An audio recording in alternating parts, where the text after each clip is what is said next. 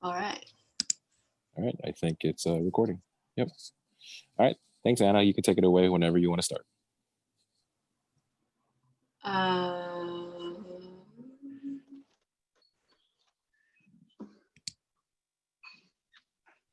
Oh my God, I feel so dumb. How do I go to present mode? I never use Google Slides. There's a present button on the top right. Scroll up. Yeah, there you go. Oh no, but I just went into full screen, so. Press escape. And then top right, present next to share. Present! Yay, okay. So yeah, just a little background. I actually studied, I did my undergraduate thesis on climate communication at Cal a few years ago. So I have a lot of familiarity with the topic. I researched it a few years ago then, and kind of refreshed my knowledge for this presentation. And I also have given a few climate communication workshops for both community college students and undergrad students at Cal, which were pretty well received. I feel like, especially people in my generation, at least, from my understanding, are very hungry for this kind of training and knowledge for how to talk about climate change in a way that doesn't alienate people, but actually, speaks to what they care about. So I'm just going to start off with kind of communication in general, some keys of being a good communicator. We can probably all attest to the fact that being a good communicator helps us in every area of our lives, our careers, our relationships, etc. And I think most of us would agree that being a good communicator generally means you're being clear, direct, honest, and compassionate. So compassionate communication is far more important than most people realize, I think, in order to get our message across while having a real conversation that's mutually beneficial. We need to take into account who it is we're communicating with and where they are at. If our overarching goal in communicating is to understand and not defend, and to connect and not divide, then we're pretty much set up for success in our communication. Which brings us right to the importance of being able to effectively communicate about climate change. One of the biggest shortcomings of climate communication in the past, up until very recently, has been the lack of compassion in the dominant narrative people see and hear about climate change. So compassion, in other words, the ability to understand and connect with people and what they may be experiencing, is central to the ultimate ethical purpose of communicating about climate change. Because if the purpose is not to bring about social change, then what is it, right? For conservative think tanks, quote unquote think tanks, the purpose of climate communication is obviously to promote climate skepticism and climate denial in order to protect the financial interests of the fossil fuel industry. But even people who are supposedly acting on behalf of the climate movement itself have not succeeded in bringing about the social change they claim we need. And a big reason is their narrative falls short. It fails to really understand people and connect with them when it counts. So take Al Gore's Inconvenient Truth movie. Everyone's seen it, right? Or at least heard of it. Gore expected his movie to galvanize people to care about climate change and act on climate change, but this didn't happen because, like so many other climate documentaries and reporting, it did not meet people where they are. Instead, it relied on gratuitous fear-mongering and victim blaming and shaming to make the point that climate change is bad. Its tagline is literally, if you can see this, by far the most terrifying film you will ever see. Like, come on, that's so gratuitous and out of touch, and it's to the point of almost being disgusting. Most people are not going to respond well to appeals to fear. That's just basic human psychology. Who wants to be chastised for driving cars in a society essentially governed by big oil? And it's no wonder we have a hard time relating to, images of sad polar bears floating on ice chunks when most of us struggle to pay the bills and just get by without the threat of climate change looming over our heads. So that film, like so many others, not to mention the corporate news media outlets, have profited off of these tactics of sensationalizing climate change while the climate crisis gets worse. In pursuit of views and clicks and profits, they've depicted the violent destruction of extreme weather events in detail. Because yes, the climate crisis is a crisis. It's getting worse every year and time is running out to turn things around. But we have solutions. It bears repeating, we have solutions. Who feels welcomed or inspired by doom and gloom? I don't know anyone who does, personally. If we want people to join the climate movement, we have to bring people in by relating to them and giving them a sense of empowerment, belonging, and hope. So the climate movement has been starting to adopt this compassion-based narrative a lot more within the last few years, mainly thanks to the new wave of young leaders, like from the Sunrise Movement, 0 Hour, Future Coalition, Fridays for Future, etc. Youth leaders are centering compassion in their narratives by centering the experiences of the people who are being harmed the most by the climate crisis and who are the least responsible for creating it. This means young people, but also includes people of color, low-income people, individuals with disabilities, indigenous communities, and for the most part, the entire global South. Young people, myself included, are definitely terrified about how fast our climate is changing and what this means for our lives and for human rights around the world. But more importantly, we refuse to be paralyzed by that, and instead we raise our voices to speak openly and candidly about our fear, our anxiety, our grief. Because ultimately being real is relatable and allows people who wouldn't think of themselves as activists to see activists as human beings just like them, and makes them feel welcomed into the movement, especially when that movement is a vehicle for channeling climate anxiety into action, speaking truth to power, and organizing our communities for climate justice. Youth climate activists have to maintain hope to keep fighting for our future. And there is immense mobilizing and political power in that fact. So Catherine Hayhoe, who's one of my favorite climate scientists and educators, likes to say how one of the best ways to take action on climate change is simply to talk about it with people.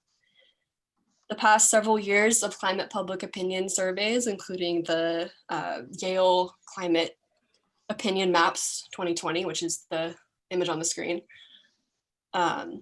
do tell us that the majority of Americans are concerned about climate change, but a much smaller percentage of us report actually having conversations about it often, if at all. Which of course makes sense. Even if we personally are worried about climate change, we might be nervous to get into it with folks who are not necessarily on the same page. Of course, we want to make sure we have our facts straight and are relaying accurate information about how and why our climate is changing. But we don't want to get caught in the weeds either. Most of us are not climate scientists, but we get how the scientific method works to the extent that we can trust the consensus of climate scientists. Plus, we can just use our own eyes and pay attention to what's happening around us and can ask people we care about to do the same. So when we consider how we will bring up climate change as a topic of conversation with people we care about, we might fear there will be misunderstandings and defensiveness, leading to further disconnection and overall division. These fears are super valid, And recognizing them allows us to see a really powerful truth. We care about climate change and because we care about the people, including our loved ones, who will be affected by it. That right there is one of the main ways that we can frame climate change so that our audience will listen and consider our point of view. Whether it's a family member or a crowd of thousands at a conference, a great place to start is this honest, direct, clear, compassionate statement. I care about you, so I care about climate change. I care about climate change, so I care about you. It's interchangeable. From there, it starts to matter a bit more who your audience is. What do they care about? These climate communication tips are from Eco America. They suggest, based on extensive research they've conducted, that when we're talking about climate change, we really want to start with people and stay with people, connect on common values, and make it real. So what does this mean? It means making climate change relevant to your audience by relating it right back to their values. Here's an easy one. People generally care about their own health and safety, and the health and safety of their family, friends, and community. Climate change is a threat to that. But obviously, people have more values and beliefs beyond that. So I'll provide an example. If your audience happens to be really religious, you can remind them that God has entrusted human beings to protect his sacred creation. So it's our duty as his children to be good stewards of the air, water, soil, and other life-giving gifts God has bestowed upon us. Eco America actually has done a really good job at engaging communities of faith and helping them advance climate communication and action, which brings us to the next set of Eco America tips for climate communication. So obviously, ditch doom and gloom. We know that doesn't work. Emphasize solutions and personal benefit, and use stories to strengthen engagement. So we want to acknowledge the reality of the climate crisis that people can see with their own eyes without sensationalizing or glorifying how terrible it is. Ask your audience how they felt during the recent extreme weather events like the West Coast wildfires or the hurricanes in the South. Were they worried? Were they afraid? Were they sad? You can briefly share how these events made you feel or what you did in response as a personal story to keep them engaged. And then translate the problem into solutions by saying something like, while those emotions might feel bad, they are actually good signs. They show us we care, and that if we do something, we'll feel better. Invite your audience into the wonderful world of endless climate solutions, from personal lifestyle improvements like reducing food waste and eating plant-based, to advocating for bigger structural changes like stronger climate policy at the federal, state, and local levels. You can even point to the fact that switching to renewable energy to power their home or their business will benefit them personally by saving them lots of money in the long run. A good message to end on is that all these changes need to happen together, and we can make these changes to address the climate crisis together, and that will only help make our community stronger and more resilient. So why not do it? Here's another example of the kind of effective, compassionate climate communication we need. A climate podcast came out recently called A Matter of Degrees, and it's co-hosted by two prominent leaders in climate communication and research, Dr. Leah Stokes and Dr. Catherine Wilkinson. Catherine actually co-wrote Drawdown, if you're familiar with that book. On the podcast, Leah and Catherine talk a lot about how it's so important for people who care about the earth to be caring towards ourselves and to say no to getting trapped inside climate guilt, because that's not going to help us. That just keeps us stuck. Instead, we should talk about how we're feeling with others and be involved in a community that supports us and ideally climate action. In the past, climate communication that doesn't include this narrative has proven ineffective. Climate communication that instead stokes fear or dread or guilt or shame does not work. It disempowers people. And again, if the point of climate communication is actually to help solve the problem, then we need to be focusing on ways to talk about it that do empower people to take action. Obviously, the prerequisite for taking action is your own belief that you can and that what you're doing is going to make a difference. Sociological studies have shown us that when people take action to change something, they're doing it not just because they know it will benefit them and the benefits even marginally outweigh the costs, but because they know it has a good chance of success. So that's why a narrative of climate efficacy, or the idea that we can do this, is so important. That's why emphasizing solutions is so important. People don't want to hear about a concerning issue if you're not telling them what can be done about it, right? Especially when it comes to climate change as such a vast, all-encompassing challenge. It can easily overwhelm people mentally and emotionally. We want to acknowledge this.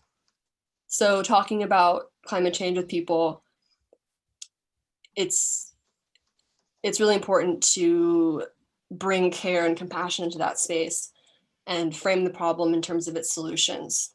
So we can lay out what's possible to do and exemplify what's being done successfully already.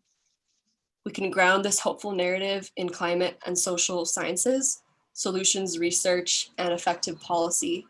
And the narrative can be disseminated through the media, through environmental education, which Lord knows we need way more of, and non-governmental environmental organizations. And the narrative that centers compassion and hope shows the public that climate change is not a cause for dread or despair, but an opportunity for positive social change and resilience, where every member of society, whether it's the government, media, business, academia, nonprofits, communities, and the individual, play an active, powerful role. So that's all I have for today. And I realize my last slide, or my next slide, is not here. I don't know what happened, but yeah, sorry about that. Thanks everyone for listening.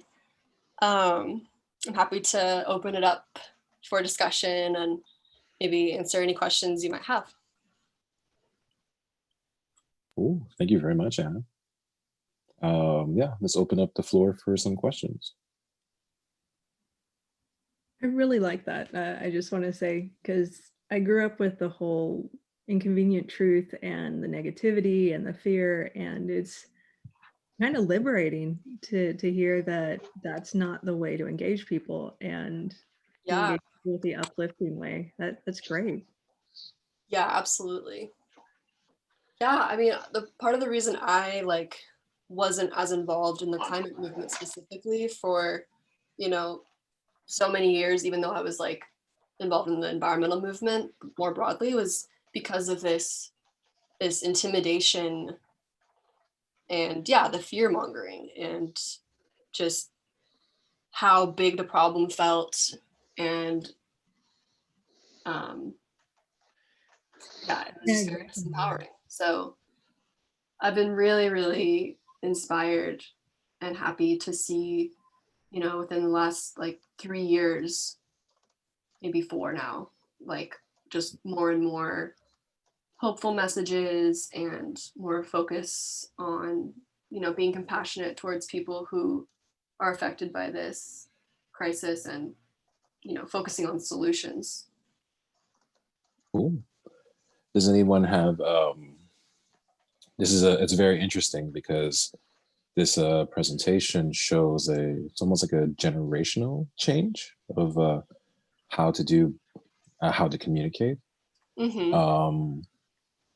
I mean, does anyone have any thoughts on environmental communication, I guess, back in the day? I wish Frank was here because he would be able to answer that question. Yeah, I'm really curious.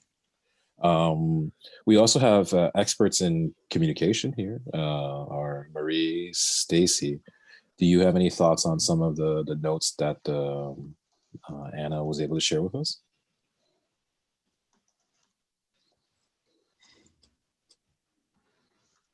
Yeah, I'd be interested to hear like what messaging techniques have you found to be most useful in PR that's related to talking about climate change or climate solutions, Or Eugene? even Do if you it's have, like technological, like nuclear. yeah. Do you have any comments, Eugene? Yeah, I face these problems on a daily basis with the people I interact with from the investment community. Yeah. They invite me to these oil and gas company presentations and mining company presentations, and I just have to tell them I'm not interested in that industry. But convincing them that there's a reason not to invest in a dying industry when they're making money from trading stocks and collecting dividends and investing in the technology side of it as well, for sensors and drilling technologies. I mean, they just see this as a commercial activity that they don't want to stop participating in, including trading coal and oil, and they're invested in this, and they don't want to see the path that they're on as being selfish and destructive, because that's something they don't want to own personally. They're like, well, I'm just one of everyone else that's doing it, so why look at me? So it's really a challenge, and I just at some point I just say, well, I know you're invested in this, and it's personal because it affects your livelihood, but what you're doing is destructive, and they just don't want to hear it. So Yeah. that's interesting. So I've always found this scenario to be strange, right? Where being pro-environmental and the climate change seems to be a huge struggle, or it takes a lot of effort on the communication side. But if you are sort of resource extraction, energy creation, traditional forms, industries, they spend a lot I money too on trying to brighten what they do. Oh yeah. Talk about greenwashing.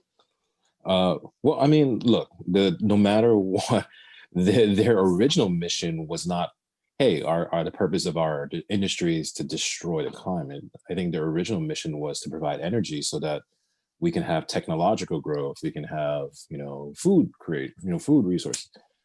But the side effects have become much more apparent over the last few decades, right? Like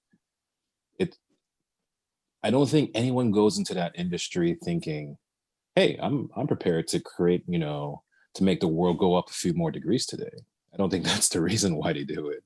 I just use the argument: the first rule of business is don't kill your customers. Sure, sure.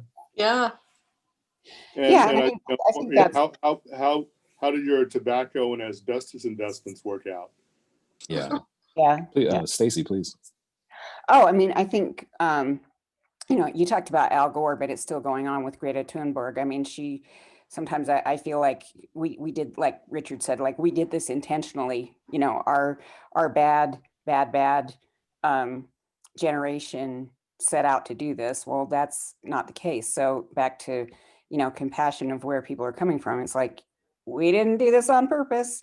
But I mean, one thing I've been involved in the environmental movement for a really long time, and actually I have felt like I can be around the table with people with differing interests, and there are people who are very good negotiators and come to good solutions to problems that are good for the climate. So I mean, I definitely am kind of hopeful there. And then one thing I would say about where Maria and I have succeeded the most is telling people's personal stories and making sure that, like the voices of Mothers for Nuclear and their perspectives get heard. So, I mean, just a couple of tidbits there that, pretty much dovetail with what Ann is saying. Mhm. Yeah, Mhm. stories They're are not hearing, they're not hearing the message in some cases. I mean, there's the two motivators they respond to are either greed or fear. And the fear is not immediate. That's what they don't feel. The greed is immediate. Yeah.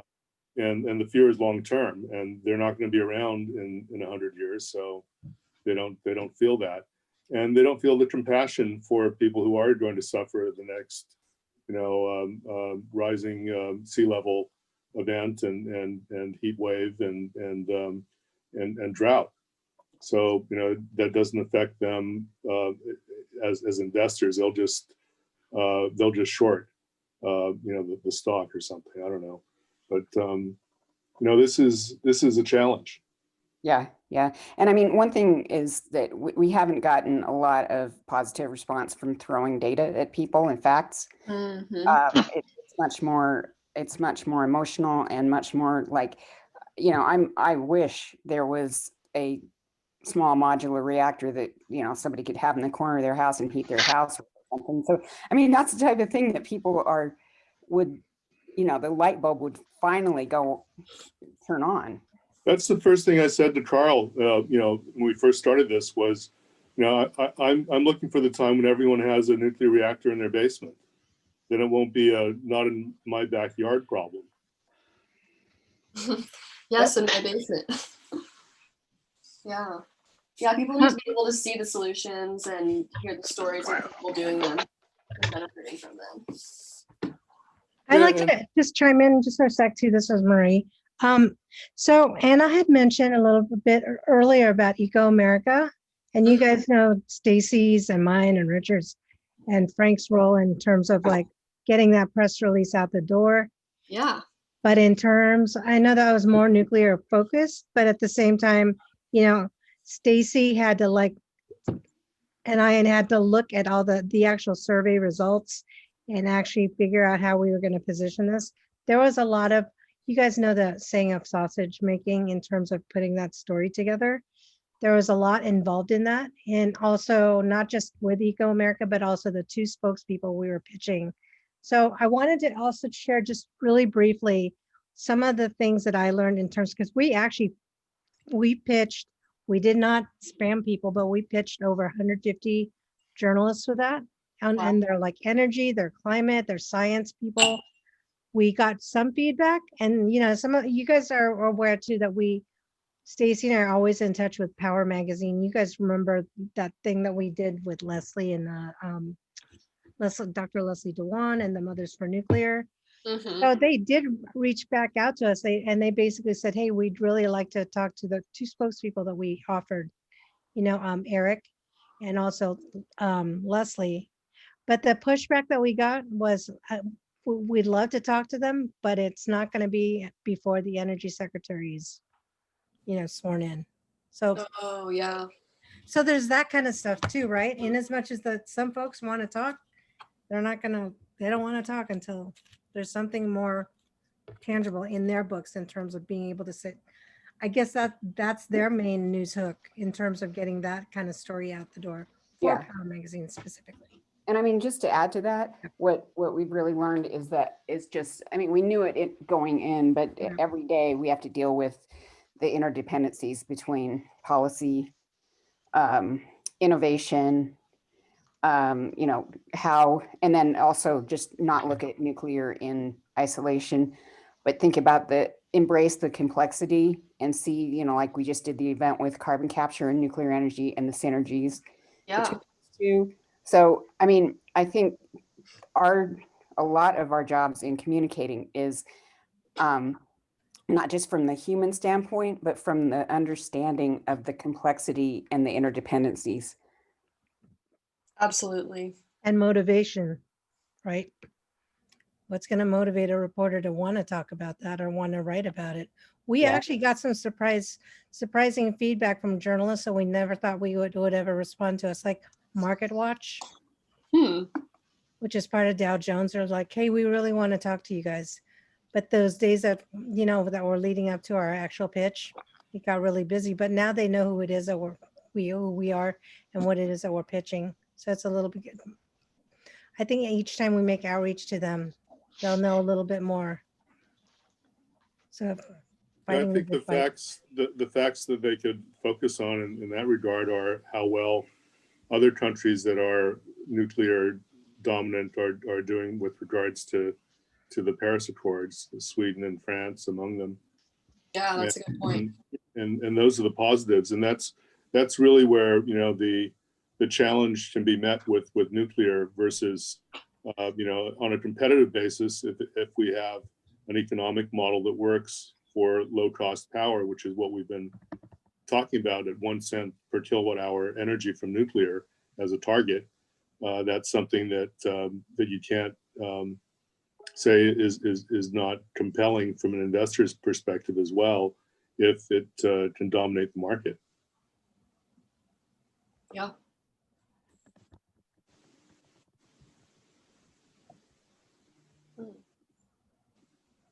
Very cool. Very, very interesting discussion. I mean, that has to be expressed in terms of growth and reindustrialization and growing the economy with low cost energy. Does that make sense, Richard?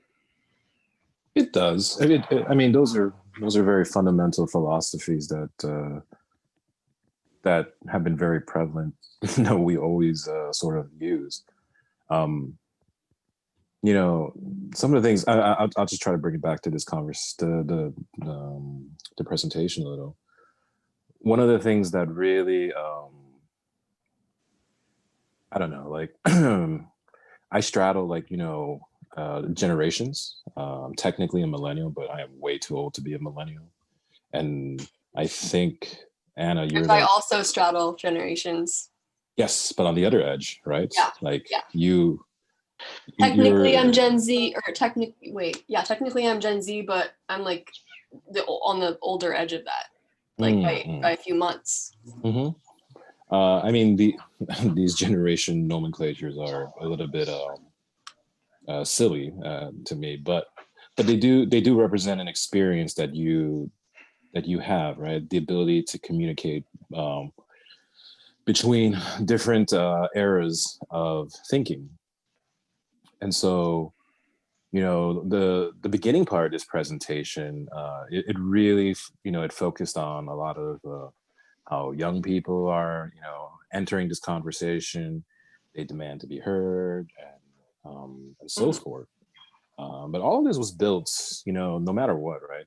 All of this was built on the shoulders of others who came before, to build this particular movement into something really complex, because you're trying to communicate effectively and you're trying to prove a point to society. It doesn't matter what country you are. This is a worldwide type of thinking. Mm-hmm. That's not something very typical that our species has ever done before. Right. The most we've ever communicated as a species was through a world war. So yeah, that was the thing I just thought of. Yep. Yeah, right. That's sort of how we knew how to talk to each other, by killing each other in many ways. So what you are undertaking, the generations beforehand can be forgiven for maybe not being the best at this, because I honestly think it's never been done before, right? Totally. I can understand that. So and appreciate that. Okay, we have to we have to be able to iterate. And iterate, and hindsight's 2020. It is, and so I did want to just throw that in there, because climate change is one of the few things that I think multiple nations can get behind. Maybe in a different way, right? Like everyone wants to, kind of get into it, but some people feel it's unfair because their economy is growing right now. and you already did a lot of the polluting beforehand, and The like there's economy, yeah. yeah, there's that squabble, which is, I mean, it's okay, it's fine, but trying to move the entire world into doing something different, that's something very new that I don't think people give a lot of credit for. The people who are working in this space, that's their challenge. Yeah. Yeah, it's mind-boggling the scale at which we are operating for this. So Yeah, I- so I think the challenge with talking on this topic is, you know, at what scale are you operating within that? So like, you know, person to person, or advocate to investor, or, you know, advocate to, or PR, maybe PR to like policy wonks. Like there are so many different actors in this space, I guess. Yeah, even And child to parent and parent to child. yeah, like there's endless combinations of, you know, different identities and different roles, where, you know, that's why knowing your audience is so important. And even, but I mean, a point that I was going to make is like, even, you know, with a specific audience that has a specific agenda, like it almost doesn't matter when we know that talking about solutions works across the board. We know that talking about personal stories that relate to those solutions across the board works. And so that's kind of like a nice blueprint, really just big picture for how to communicate about climate change. So I know I tried to like touch on different aspects in this presentation.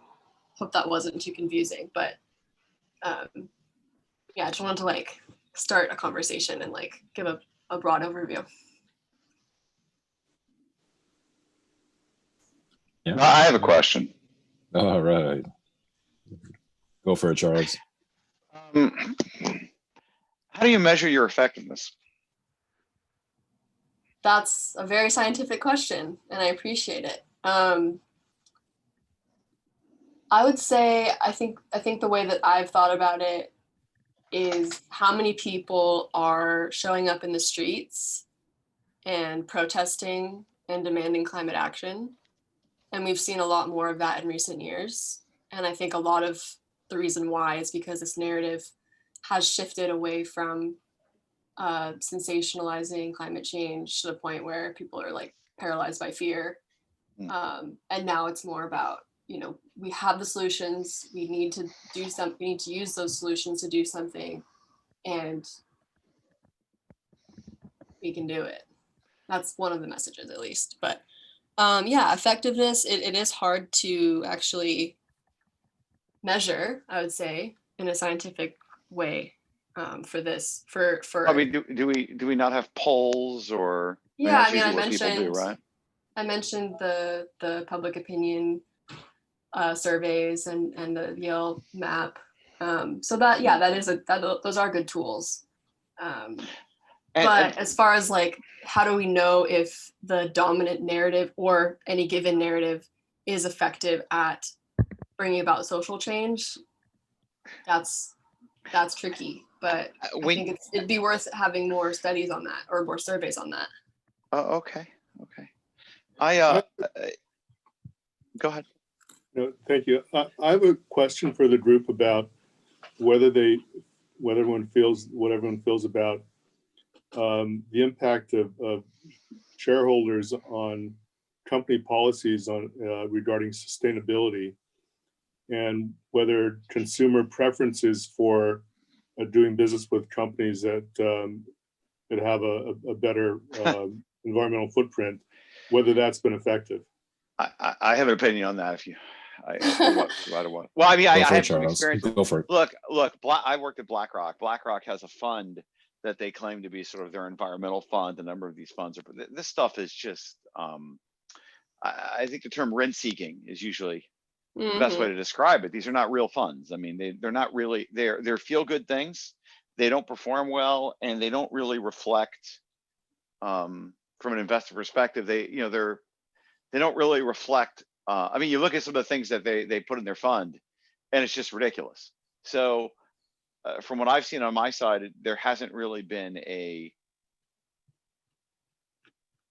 it's more fluff.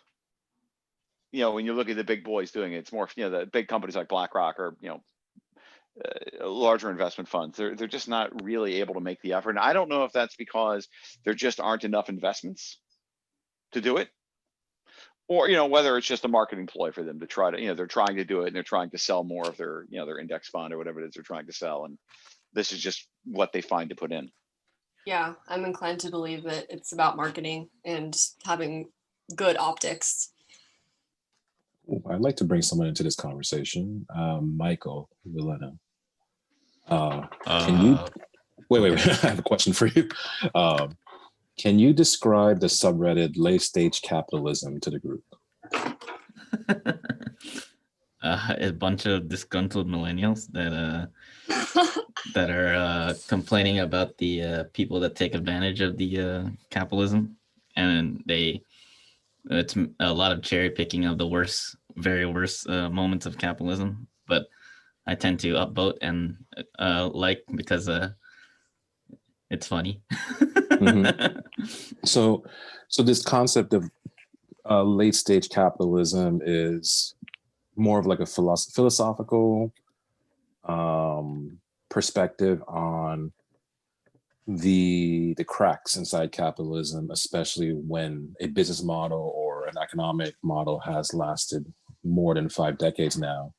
And we're now starting to see lower rates of return for society.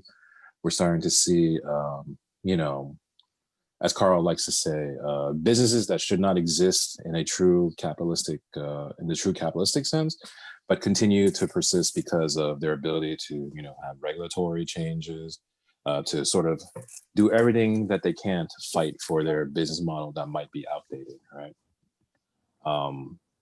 So this concept, right, is very popular with, you know, my generation and I think the generations behind us, where you start seeing like, you know, there's more of a Bernie Sanders kind of thing where it's a little bit more democratic socialist, or, you know, I'm personally not a socialist myself, but I do see the appeal of there's so many people left behind in a capitalistic society when like it's not properly ran. The question that Charles had, right, which was, hey, how do we measure the effectiveness of this?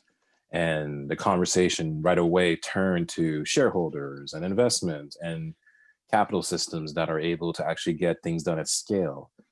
Well, all those things that, you know, I'm sorry, please. Well, Eugene asked it, so I wanted to point that out because we thought about absolutely. It. Go ahead. Exactly. But that's where the conversation went, right? Like, which is, I think, correct. Well, I was going to ask another question, which is sort of along this lines, but maybe is, look, the traditional selling point for nuclear has always been a conservative position. It's not a democratic position. I mean, nuclear was established under Nixon to make America energy independent. It was Carter who killed the nuclear program. It's always been the Democrats who've opposed nuclear power. So it's kind of even now, if you look at some of the things talked about in the conservative media, you know, they still promote nuclear as a solution.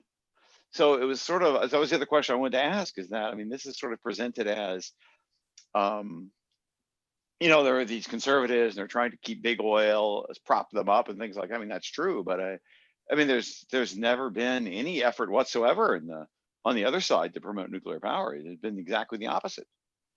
And I actually had this discussion during the conversation yesterday because I was kind of curious, why is it that we're all of a sudden now seeing a large interest in green energy from the financial perspective? I mean, I have people I've worked with who are investors call me, they want to run a SPAC, or they, you know, we have some of the VCs we talked to yesterday who want to make investments into nuclear power. And I think this, and then, you know, what is it that's caused this change? Because if you look, for example, you go to the debates with Obama and McCain, which you guys may be too young to remember, but I remember this very vividly. Because you got to remember, I have a background in nuclear physics. So, and I remember during the debate, McCain making this point that look, we've had nuclear power on our submarines for 50 years. We've never had an accident, and the equipment is maintained by teenagers. And it was just completely brushed off. That's a nonsensical idea. And if you talk to, it's very much has never been a democratic idea to use nuclear power. And I think that, I'm just kind of curious from if you have a perspective of that and how to reach across the aisle, given how politically divided the country is. Because I think it has very much always been a conservative and very much a patriotic issue.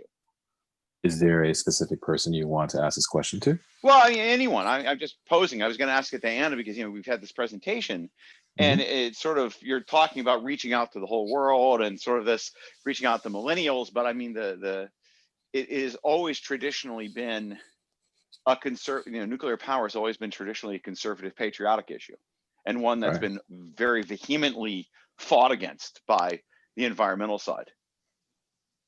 And I'm just wondering why is the conversation changed?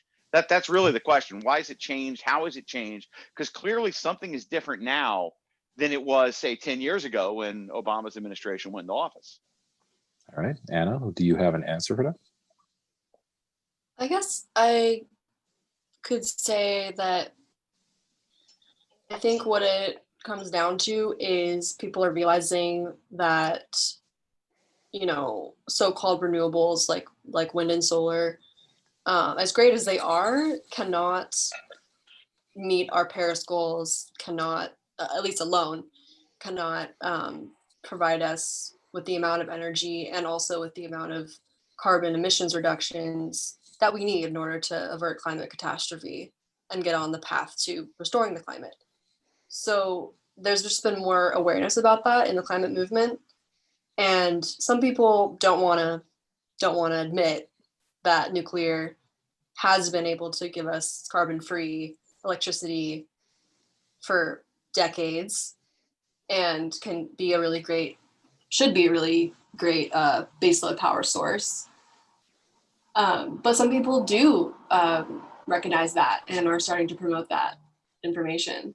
And I think, again, we're just at a point where we really can't, less people can keep pretending. And I think it also might be, I was going to say something else. I have something also to add to that too. Please. It's like I was listening to, there's a song from Steen that I like called the Black Seam. We worked the Black Seam together. And it sounds like it's an anti-nuclear song. Talking about burying the waste in a great big hole, powers to become cheap and clean. And it's talking about how people can't control these machines that they've built. But the thing is, back in the 80s, the internet did not exist. So the information that people were getting were just off of things that they watched on the news and the media. But now that we have internet and everyone has access to different types of information that they at one point didn't have, your point of view can change on nuclear. Like now Steen is pro-nuclear. So it's just, I think that's what's changing, is that we now have access to all sorts of information that we know that we at that time didn't have. It's like the internet didn't come around till like mainstream internet around like 1992 or 4, somewhere in there. Yeah. So. Mainstream. And that was still pretty infant, right? I'm sorry. I will say to you, Charles, one of the interesting things is you're framing this argument as between a quote unquote patriotic conservative and a I don't know what the other side would be, a more liberal democratic side. I know personally I'm not part of any political party, but I do vote a very progressive way. I do think also party identification for younger generations is a big thing, where many people don't identify with a party anymore, but they do still lean philosophically toward a certain direction. Mm-hmm. Yeah, I think that's actually, yeah, kind of feeding into like another point that I was going to make, which is that I think the fact that historically nuclear has been something that Republicans and conservatives patriotically promote and support, at least the way Charles has described it. I think that's actually a really great way to bring more people on the right who don't necessarily, think we need to address climate change the way that people on the left do. Nuclear is a climate solution, and I think, I don't know, that's just like a good way to tie it together. Yeah.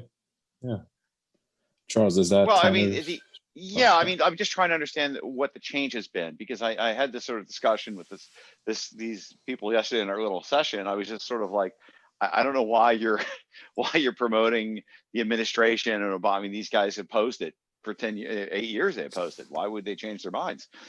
They should. How could they not? I mean, these are things that are primarily, my understanding of the history of this is that the big change, the big political perception of nuclear power was India's in the 70s, when India dropped did their nuclear bomb test, right? And there was a belief that breeder reactors could be used to weaponize plutonium. You could develop weaponized plutonium from these breeder reactors. And of course, we heard yesterday, it was yesterday, right? We did the carbon capture call. Yeah. And when they said there's never been, and I this is something that Frank would probably know better than I do, but there's never been an example of using a breeder reactor to produce weapons grade material. And I think the impression was that was essential. I mean, and that's essentially why we don't have thorium, is because the thorium program was killed back in the 70s. And part of that is because you can't use thorium. We don't have experience using thorium, but we also believe you can't use it to refine weapons grade material. And a lot of the issues around nuclear waste have to do with the fact, if you're not going to reuse the neutrons, you end up with all this waste. I'm a little, and so that was sort of like from what was always the anti-nuclear position was always tied in with this anti-proliferation position, that by resisting nuclear energy, you resist nuclear proliferation. And I was just wondering if that has also changed, whether there's I was on a call with Frank a few months ago. We were listening to some of the Japanese talk about this, and basically saying, look, it's, because of the rise of China, they themselves are maybe starting to think that, they may need to build a bomb. Yeah, they didn't say that in the call. I mean, basically the call was around that concept. Well, they're not so worried about proliferation, but I mean, that was one of the things that President Trump said. When he first got elected, Japanese should consider having their own bombs. I said this. We have a threat. So I'm just wondering if there's been a change from the nuclear proliferation perspective as well. I never grew up during the Cold War. The USSR collapsed maybe when I was like 4 or 5. So as far as my ideas of like nuclear as a deterrence, I never grew up during that time. Chernobyl, I was not alive. Same. So as far as nuclear energy, you have Iran. Not a big issue on our mind when you think of Iran sending a nuclear ballistic missile our way. North Korea. Again. I'm just curious from your perspective what you're seeing, because there certainly has been a change. And I'm just curious. I think they're saying the answer, Charles. They are telling you. Got it. It's just not too young part to of remember. their. All right. Not only that, because the Soviet Union's not a threat. That was the only equivalency in terms of mutual destruction. Yes, they could take out 10% of the U.S. We could take out 1,000% of anyone else. At the time. But so Charles. The other point here, Charles, is what's changed is the Germans have failed with their $1 trillion experiment to run their country on renewables and to take out nuclear. Yep. They've not reduced emissions. Oh, I know yeah, for sure. Greenpeace Europe has a union of scientists, the concerned scientists, all these groups that were environmentally focused groups have realized that it can't be done without nuclear. Yeah, that's the point I was Yeah. getting at earlier. People can't keep pretending. I will also say this, Charles. Your generation grew up with a certain PTSD, and our generation is growing up with a different PTSD. Well, I'm just curious because there is now clearly a huge amount of interest from private investment. And I'm just wondering from your perspective, where these changes have occurred. Obviously, from a political perspective, the country's still very divided, and there's still a lot of people who are concerned about some of these issues. I think you see it. The fact that we're still fighting over an election is evidence that there's a lot of, and so I just wanted to bring that up because I hear these are things that were always traditionally part of the conversation. And of course, the point being that now nuclear and climate are intertwined, right? That the two conversations are now, I don't think ever so connected. Mm-hmm. They are now. They are now. I think Charles and I both remember that we didn't feel that hiding under a desk was not going to protect us from fallout during the Cuban Missile Crisis, and that was when Richard, when you say traumatic stress, that was the threat of nuclear annihilation from Cuba was a stressful time. But I think this new generation that's growing up, not even of voting age yet, is feeling the impact of climate change in their daily lives, and that's stressful. And they'll grow up to be voters. So we're that half a generation away from change. There is something sorry, go ahead. The point when you talk about a change in investment, the interest in investment isn't coming from the youth. It's coming from people who are.